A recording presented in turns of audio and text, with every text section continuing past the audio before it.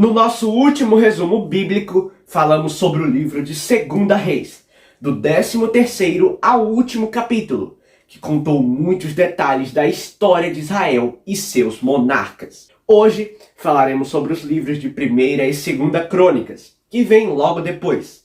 Porém, como estes não contam a história em si, mas repetem aquilo que já foi contado nos livros anteriores, por isso, este episódio da nossa série será um pouco diferente, pois ao invés de resumirmos os fatos descritos, falaremos sobre os assuntos, objetivos, curiosidades e muitas coisas deste livro. Não perca! E se você ainda não assistiu ao vídeo anterior dessa série, o link está na descrição.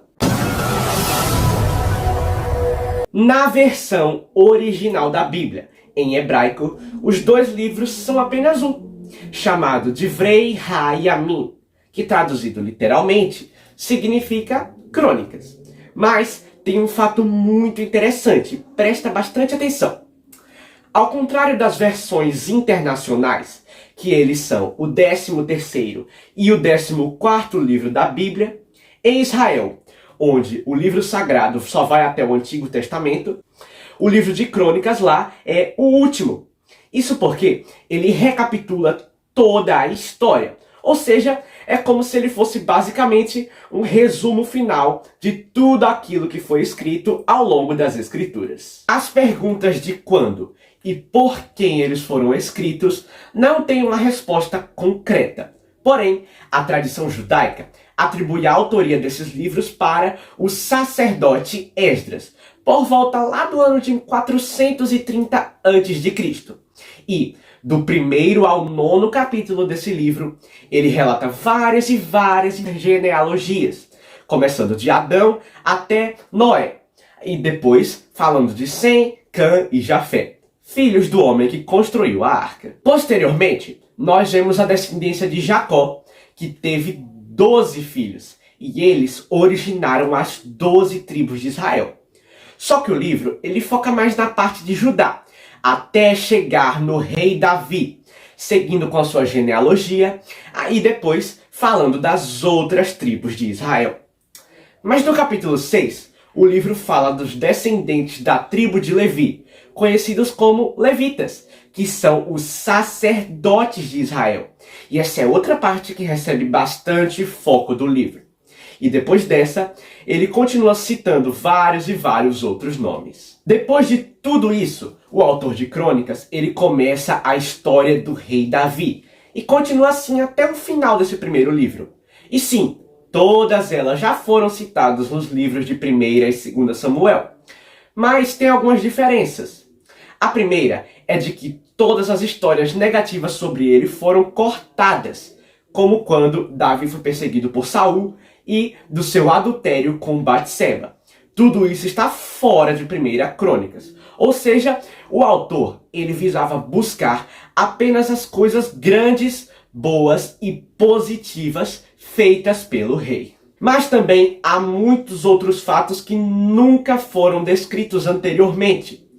Então, há vários capítulos onde Davi faz preparativos para o templo que seria construído por seu filho Salomão, organizando recursos, funcionários, levitas, cantores, os turnos dos sacerdotes, dos porteiros e muitas outras coisas que nunca foram citadas nos 2 livros de Samuel e que valem muito a pena serem conhecidas. Já ali próximo do fim do livro, Salomão começa a ser citado.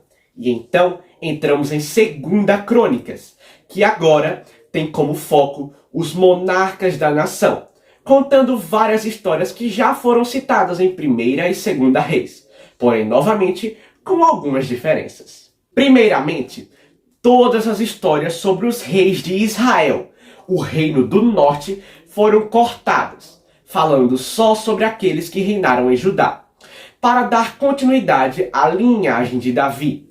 E também, assim como o livro anterior, tem algumas informações a mais, destacando bastante aqueles reis que foram muito fiéis a Deus e como eles foram muito bem nos seus reinados e tiveram muitas bênçãos. Mas o livro também traz informações novas sobre aqueles que foram infiéis e como eles enfrentaram muitos problemas. Depois de citar todos os monarcas judaicos, o livro ele traz uma informação que é realmente nova. Isso porque, como todos vocês sabem, e já foi citado nos livros anteriores, o povo de Judá tinha sido dominado pelo rei Nabucodonosor e levados como prisioneiros para a Babilônia. Porém, agora que vem a novidade.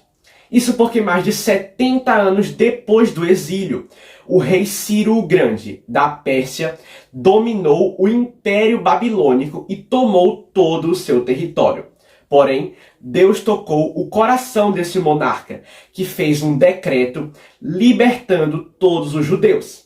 Eles ainda iam servir a Pérsia, porém poderiam voltar para suas casas e não seriam mais prisioneiros. E é com essa informação que o livro de 2 Crônicas chega ao fim.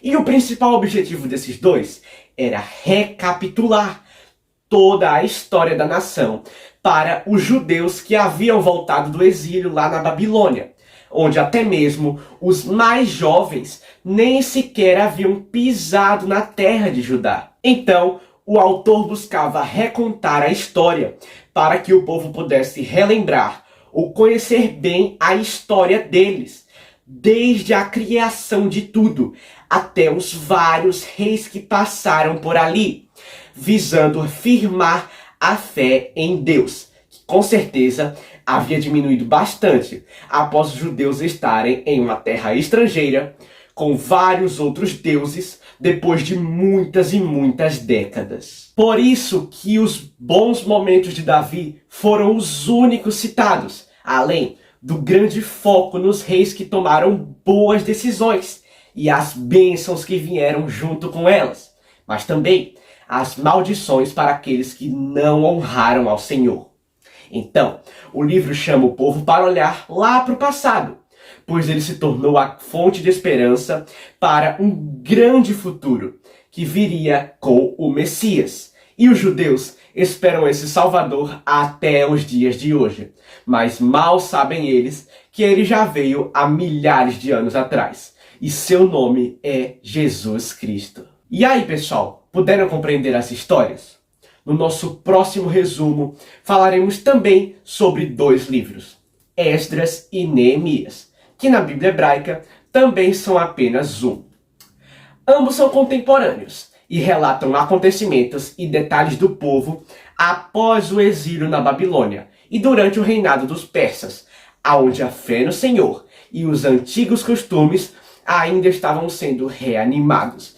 Você não pode perder de jeito nenhum. Então é isso, gente. Lembre-se de seguir o nosso Instagram, @canalquer_saber. Lá você vai ver curiosidades muito interessantes, viu? Segue lá para não perder nada. Deus te abençoe e tchau!